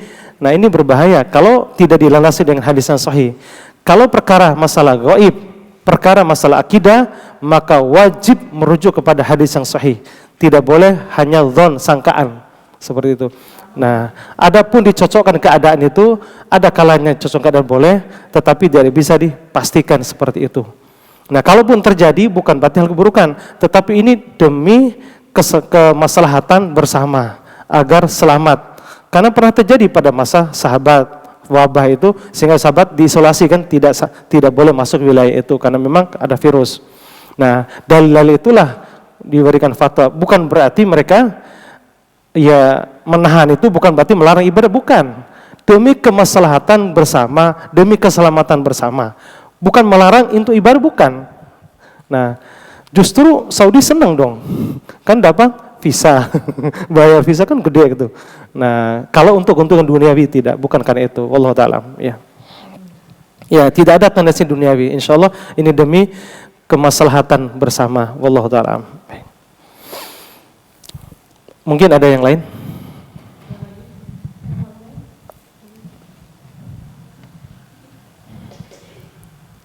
Iya. Boleh saya, Ustaz? Oh ya. Ustadz, tadi Ustadz menyampaikan tentang waktu-waktu doa diijabah ya. Satu ketika sesudah azan ya Ustadz ya. Lalu kedua sepertiga malam ya. Lalu yang ketiga tadi apa Ustadz? Ketika sedang sujud ya. Sedang sujud ya Ustadz ya. Lalu safar juga termasuk Ustadz ya. Ketika kita lagi safar. Ya, itu bagiannya. Disebutkan dalam hadis Imam Tirmidzi derajatnya hasan, kata Nabi SAW, ya sebenarnya ingin menyampaikan umum banyak, cuman karena qadarullah waktunya dan pembahasan kita ambil sebagian untuk menguatkan pembahasan ini aja tadi, menolak sihir santet dengan doa gitu ya. Di antara waktu yang maksud saya yang kita hadapi sekarang, apalagi kita sekarang nggak boleh safar. Nah, mungkinkah bagian pas safar itu adalah doa mustajab? Iya, disebutkan dalam hadis tadi. Nabi mengatakan, Thalathun da'wati mustajabat. Ada 3 doa yang mustajab. Wala syakka fihunna, tidak ada keraguan dalamnya. Yang pertama Nabi mengatakan da'watul musafir, doa orang sedang mengadakan perjalanan. Doa orang sedang safar, itu doanya mustajab.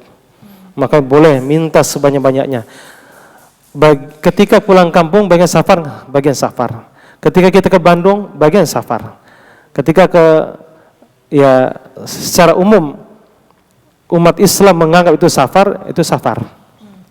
Ya, makanya pendapat yang paling rojih tentang hal ini, mungkin hal ini nanti akan kita bahas khusus tentang masalah safar ini, fikih safar namanya. Ini perlu kita bahas insyaallah di kesempatan lain tentang fikih safar ini. Bahwa pendapat yang paling rojih tentang jaraknya safar ini adalah kembali kepada al-uruf, kebiasaan masyarakat. Ke Bogor termasuk safar? Nah, kalau ke Bogor safar atau tidak tergantung daripada pemahaman masyarakat setempat. Apakah umumnya kaum muslimin di Jakarta ini ketika ke Bogor safar atau enggak? Menurut Ustaz sama enggak? Kalau kilometer itu jumhur ulama menyepakati 85 kilo. Kelapa Gading, saya nggak tinggal di Kelapa Gading masalahnya. Secara pribadi tergantung daripada tadi saya kembali kepada uruf masyarakat. Ini pendapat yang roji dari 13 pendapat ulama. Saya lebih cenderung pendapat yang kuat di antara sekian pendapat, yaitu kembali ke uruf, kembali kepada kebiasaan masyarakat, jaraknya. Nanti perlu penjelasan khusus karena ini insya Allah bermanfaat buat kita. Nah, terkadang saya pribadi lihat di situasi dan kondisinya. Kalau memang terasa ini dan itu ke Bogor, terkadang ada kalanya jamak, ada kalanya qashar, ada kalanya jamak, tergantung. Kalau jamak itu bukan hanya safar gitu Bu ya, beda qashar dengan jamak. Nah, jamak dan qashar ada kalanya waktu tertentu. Kalau jamak tidak harus safar, di rumah aja bisa jamak. Gitu. Paham Bu ya? Di rumah juga bisa jamak. Contohnya,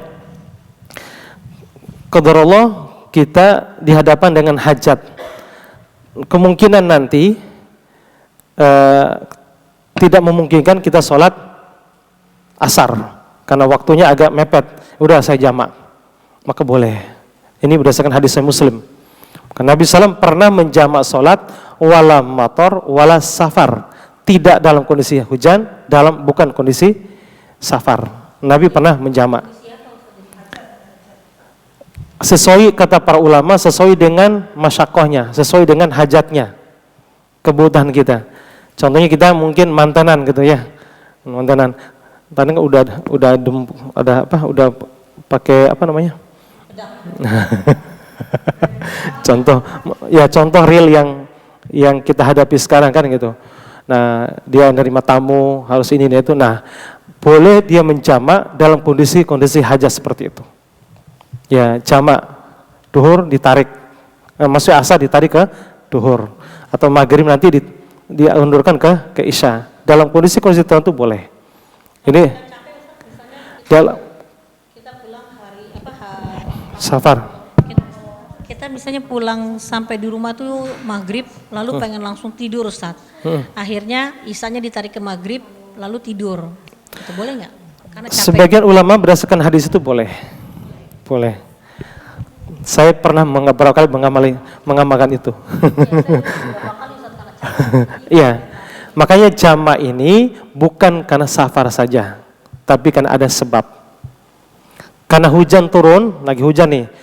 Hujan turun, makanya imam setelah wali sholat maghrib, imam qomat. Setelah sholat maghrib selesai, qomat, langsung jamak dengan isya, boleh. Ini hadis sahih dah, asar-asarnya sahih. Ya, artinya boleh menjamak. Begitu juga dalam kondisi sakit, di Sahih Fiqh Sunnah jelaskan boleh. Walaupun Imam Syafi'i nggak membolehkan, tapi semua ulama yang lain membolehkan. Walaupun sakitnya nggak parah. Yang parah maksudnya, sakitnya ya agak parah. Sulit untuk kita. Sakitnya cuma sakit-sakit demam, terus karena pengen rebahan aja gitu loh Ustaz. Boleh nggak dijamak? Iya, kondisi-kondisi tertentu boleh. Hah? Ya, saya rasakan kalau demam itu memang udah nggak bisa bangun. Iya. Kalau bangun kayak udah kayak out rasanya itu. Ya, nah itu dalam kondisi-kondisi tertentu, tentunya kita yang paling mengerti keadaan diri kita, gitu ya. Nah, kaitan dengan jarak tadi, kesepakatan ulama 85 kilo. Tapi kesepakatan ulama ini bukan menjadi dasar utama. Tetapi setelah saya pelajari, kumpulkan pendapat-pendapat, ternyata kembali ke uruf. Uruf itu kebiasaan masyarakat, bahwa kalau ke Bandung itu safar atau enggak. Oh ya, menurut orang Jakarta safar, berarti berlaku, gitu aja. Kalau berlaku Bogor, ya tinggal lihat keadaannya, gitu aja. Wallahu ta'ala. Kalau hari Rabu setelah asar itu hadisnya gimana Ustaz? Apa doanya diijabah? Benar nggak diijabah Ustaz? Hari Rabu setelah asar. Enggak, Rabu zuhur sampai asar. Oh ya, siang hari ya, zuhur sampai asar. Iya, pernah saya menyampaikan hadisnya. Doa waktu hari Rabu dan asar itu iya mustajab insyaallah. Antara zuhur dan asar. Kalau nggak salah saya menyampaikan di sini nggak salah ya. Istiqomah ya. Iya. Iya Pak, pasti istiqomah ya benar. Ya Allah taala alam. Ya. Maaf ini ada yang mau ruqyah berarti ini. Bawa. Kemarin kita di brosur salah Ustaz, ada ruqyah mandiri karena ngikutin yang kemarin. Sebetulnya enggak. Oh bukan ya? Bukan. Ya alhamdulillah. Jadi beban nanti kalau Jadi dia karena itu brosur yang kemarin jadi ke bawah. oh ke bawah ya. Ya, berarti alhamdulillah nggak ada ruqyah berarti ya. Baik, nggak ada lagi pertanyaan? Mungkin ada hal lain? Ya, mumpung ketemu Bu. Iya, iya. Assalamualaikum Ustadz. Assalamualaikum. Maaf, tanya lagi. Tanda-tanda orang kena ain bagaimana Ustadz? Ya, Tanda-tandanya orang yang kena penyakit ain. terima kasih atas pertanyaannya. Tanda-tanda orang terkena ain. Saya baca dalam hadis riwayat Imam Muslim, Nabi SAW pernah melihat wajah seorang perempuan hamba sahaya. Nabi melihat kok wajahnya berubah, biasanya nggak gitu wajahnya. Nah ini Nabi mengatakan, istarkulaha fa inna biha an-nadrah. Carikan atau mintakan ke ahli ruqyah untuk meruqyah perempuan ini, karena dia sekarang kena ain. Maka tanda wajah orang-orang yang kena ain itu adalah wajahnya berubah. Biasanya putih, mungkin jadi memerah, kusam, atau hitam, atau kuning. Makanya kelihatan wajah orang-orang yang kena ain. Itu tanpa bedak Bu ya, kalau bedak lain lagi ya. Kelihatan wajah orang yang kena gangguan, wajah orang yang kena ain, wajah orang yang banyak masalah, kelihatan di wajahnya. Nah, saya lihat kelihatannya di sini nggak bisa dibohongin Bu. Di mata ini kelihatan mata lelah. Orang-orang yang sering menangis, yang menangis itu pun karena sakitnya tuh di sini, itu kelihatan di wajahnya. Ya, ya, iya karena susah tidur tadi, karena banyak masalah. Kalau susah tidur tanpa ada masalah, berarti karena gangguan jin. Tapi susah tidur karena ada masalah, mungkin suami kami lagi susah tidur, itu lain lagi Bu ya. Kelihatan wajahnya orang-orang yang suaminya kami lagi, kelihatan. Nggak bisa dibohongin Bu. Ustadz, Kalau ulah satu persatu. Ustadz, kalau harta kita yang kena ain bagaimana? Kan Maaf. iya, harta bisa kena ain juga. Tadi sebelum lanjut, ain tadi itu tanda-tanda diantaranya wajah. Kedua, sering pusing, pusing berpindah-pindah, sakitnya juga, pundak di leher, sering gerak. Kemudian bisa juga kanker payudara, kemudian tumor, dan juga darah tinggi, sering meriang, makan banyak tapi selalu kurus, gitu. Makan banyak tapi kurus, itu tanda-tanda ain. Atau tangannya sering kesemutan, iya, tanda-tanda kesemutan.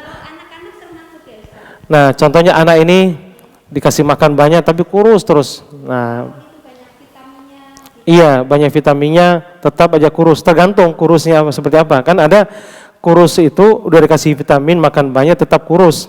Nah, kemungkinan ini bawaannya. Lihat aja. Bawaan ada orang tuanya kurus ya tadi kurus kan gitu. Enggak, Ustadz, itu kan ibunya gemuk, papanya juga gemuk, tapi anaknya kurus gitu, sering sakit panas. Oh iya. Itu tanda-tanda ya? Tanda-tandanya boleh jadi anak ini satu, waktu peletakan batu pertama, waktu bikin lupa baca bismillah, itu tanda. Kedua, bisa juga anak ini bisa kena ain. Kena ain, makanya ibu sering membacakan u'iduka bikalimatillahi tamah wa min kulli syaitan wahama wa min kulli ainin lama. Sering baca itu Bu ya. Nah, kemudian selanjutnya, kalau anak seperti itu yang diruqyah ibunya, ya, ibunya yang bermasalah, ya, itu diantaranya. Kemudian tadi pertanyaan yang tadi Bu sebelumnya, Harta, tanda-tanda harta yang kena apakah ain. harta itu bisa kena ain? Bisa. Rumah yang kita pajang mau dijual, nggak laku-laku bisa aja kena ain.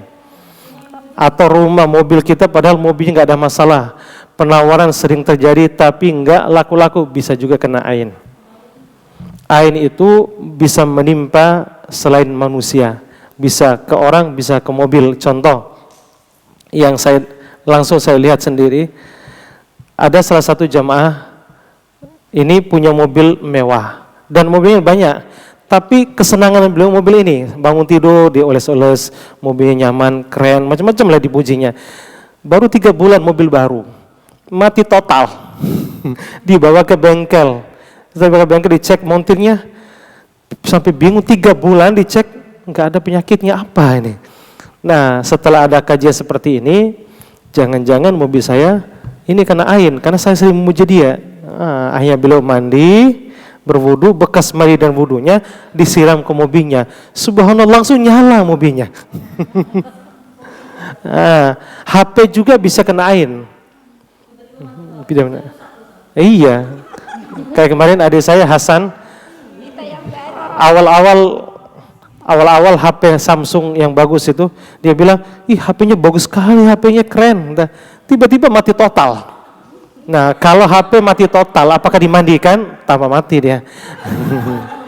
Ya dibacain ayat aja. Nah, gitu Bu ya. Ya,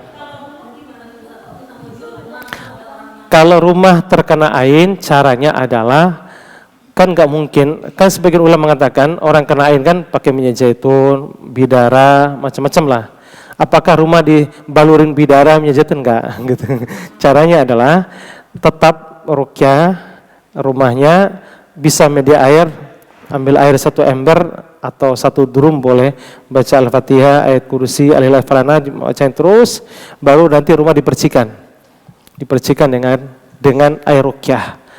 Niat untuk dihilangkan semua sihir dan ain di seluruh, ya terutama di depannya, dalam ruangan juga ya. Ya itu teknik-teknik yang efektif. Ya silakan dilakukan Bu ya. Andaikan mungkin rumahnya belum ini, ya udah diruqyah seperti itu. Kemarin saya sering sih ruqyah apartemen yang belum laku itu, ada saya keliling. Setiap orang datang udah oke, tiba-tiba hilang. Ternyata memang ada gangguan. Ya. Ustadz, saya pernah mengamalkan untuk meruqyah rumah, ya, belajar dari video yang direkam Ustadz itu ya. Lalu air, cuman saya coba tambah dengan daun bidara Ustadz. Jadi daun bidaranya direbus, terus setelah direbus, terus airnya itu kita pakai buat nyiprat-nyiprat rumah Ustadz. Ternyata yang ngasih daun bidara itu bilang salah, harusnya daun bidaranya itu diambil ganjil. Katanya gitu, saat ganjil terus baru direbus. Jadi bukan semuanya direbus. Menurut Ustadz gimana? Yang bilang salah siapa Bu? Yang ngasih daun bidara. Yang ngasih daun bidara. Justru yang salah, yang ngasih daun bidara bilang salah. Jadi yang bilang salah dia salah. Jadi nggak ada kalau bilang salah, butuh dalil dong. Tidak ada satupun dalil yang menjelaskan bidara itu wajib 7. Memang ada ungkapan ulama di dalam kitab Tafsir Ibnu Katsir ada. Yang kedua di Syarah Sahih Bukhari, yaitu kitab Fathul Bari, Syarah Sahih Bukhari, ungkapan daripada Ibnu Hajar Al-Asqalani.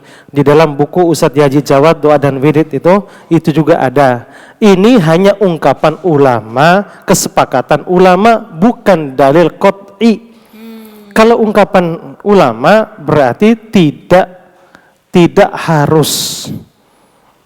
Maaf ya, tidak harus. Ya, hanya diinstruksikan, boleh.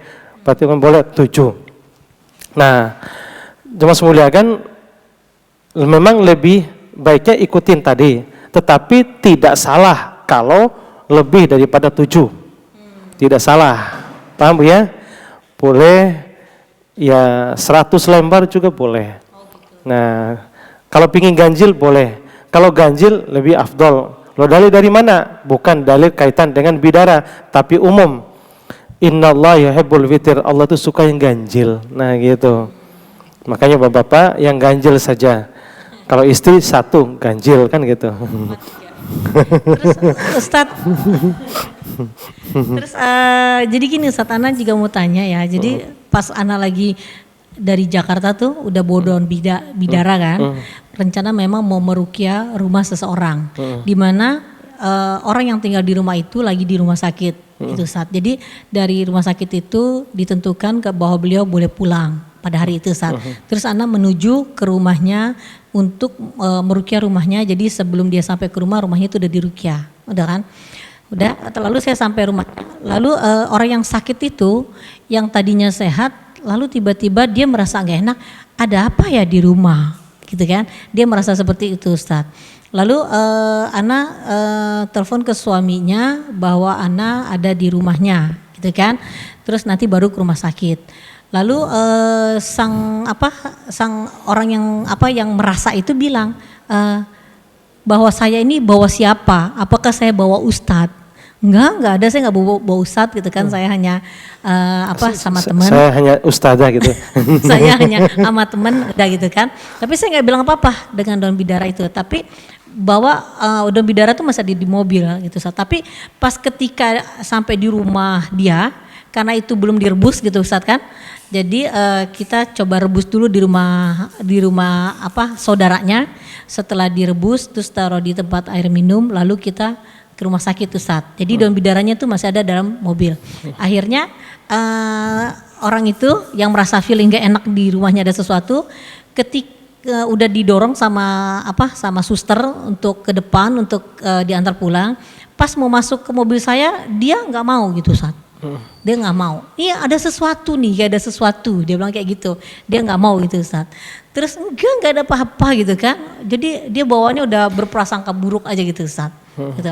Nah udah, jadi mulai dari mobil itu terus sampai akhirnya pas sampai di rumah barulah dia nggak tahu. Jadi saya umpet ada sebuah jadi sebelumnya memang saya udah ngerukia itu rumah, tapi ada sisa bidara lagi yang direbus, maksudnya buat dia minum gitu Ustaz.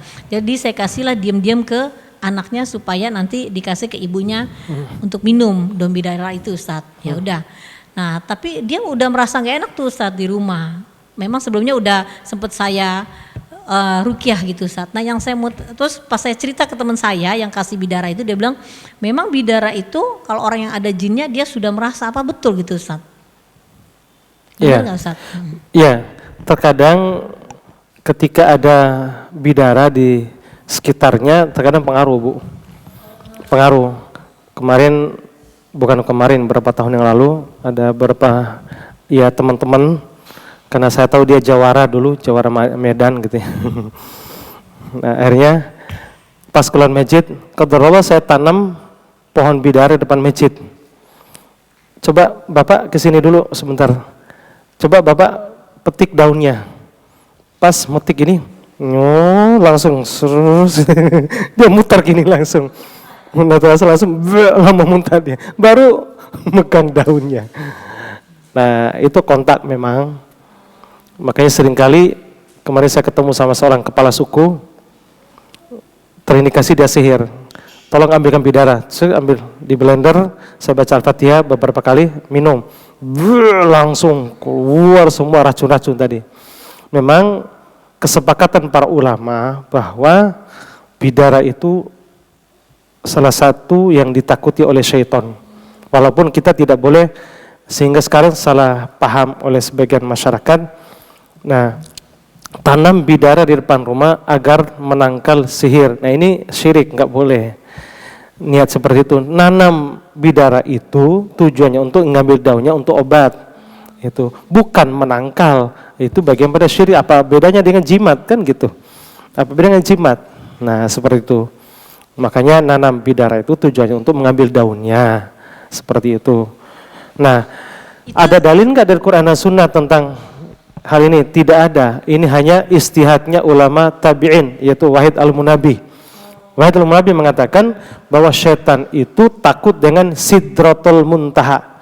Apa Sidratul Muntaha? Oh, sidir al-Muntaha kan, sidro itu bidara. Setelah dia coba bidang bidara, oh ternyata memang ketakutan jin kalau dekat dengan bidara. Nah, itu udah berawal dari situ. Berlakunya bidara itu memang lebih dahsyat untuk mengobati si dan santet. Contoh kemarin ada ibu-ibu yang kanker payudara.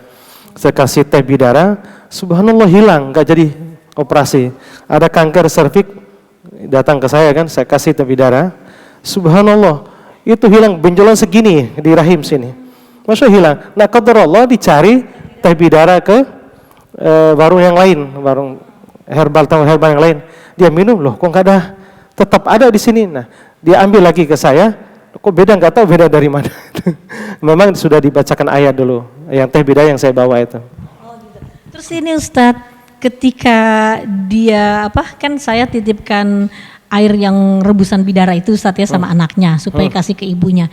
Dia punya feeling Ustadz nggak mau minum gitu kan, racun tuh nggak mau, bilang gitu minum, sampai dia maunya beli aqua yang baru dari warung. Jadi nggak mau minum yang ada di rumah. Maaf, ini laki perempuan? Perempuan Ustadz. Perempuan, usianya?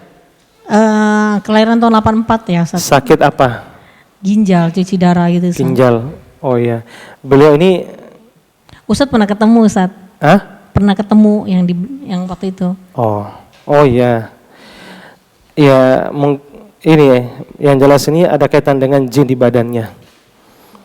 Ada kaitan dengan jin di badannya sehingga ya apalagi di mobil itu ada otomatis dia ada hawa yang nggak enak dengan daun bidara itu aja sih.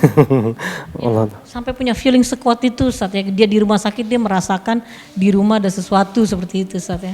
Subhanallah. Ya, ada kaitan dengan khodam di badannya, ada jin di badan sehingga dia ya sensitif gitu. Ya. Sangat boleh dianjurkan zam-zam. Dianjurkan zam-zam untuk diminumkan ke orang yang sakit. Insya Allah zam-zam jauh lebih berkah. Gitu ya, jauh lebih berkah. Walaupun posisi tadi bidara jalan, apalagi bidara campur dengan zam-zam itu aja. Zam-zam campur bidara itu lebih efektif. Ya. Wallahu Kalau ta'ala. kita sendiri mengkonsumsi boleh Ustaz?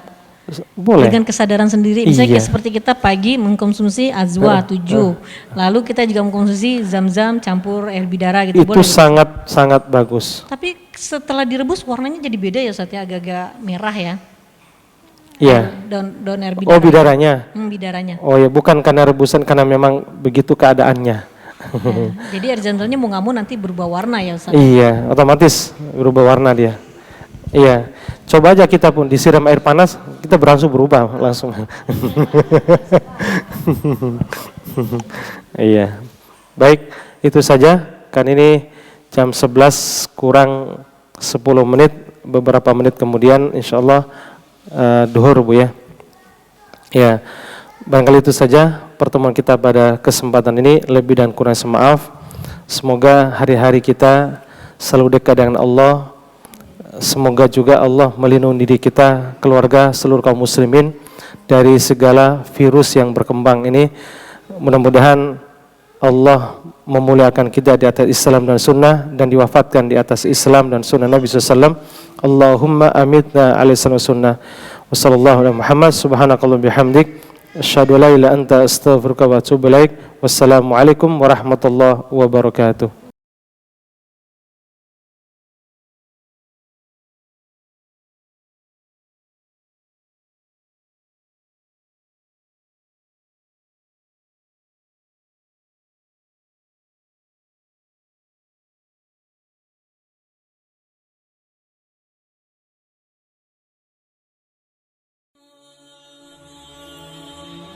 Bantu yuk operasional Rumah Dakwah Al-Hujah dan terselenggaranya kajian serta dakwah Al-Hujah dengan menjadi donatur tetap setiap bulan berinfak Rp30.000. Dengan infaknya setiap bulan Rp30.000, insya Allah akan membantu dakwah Al-Hujah dan jadikan ini amalan yang istiqomah yang dilakukan terus-menerus atau kontinu. Allah mencintai amalan yang istiqomah walaupun sedikit.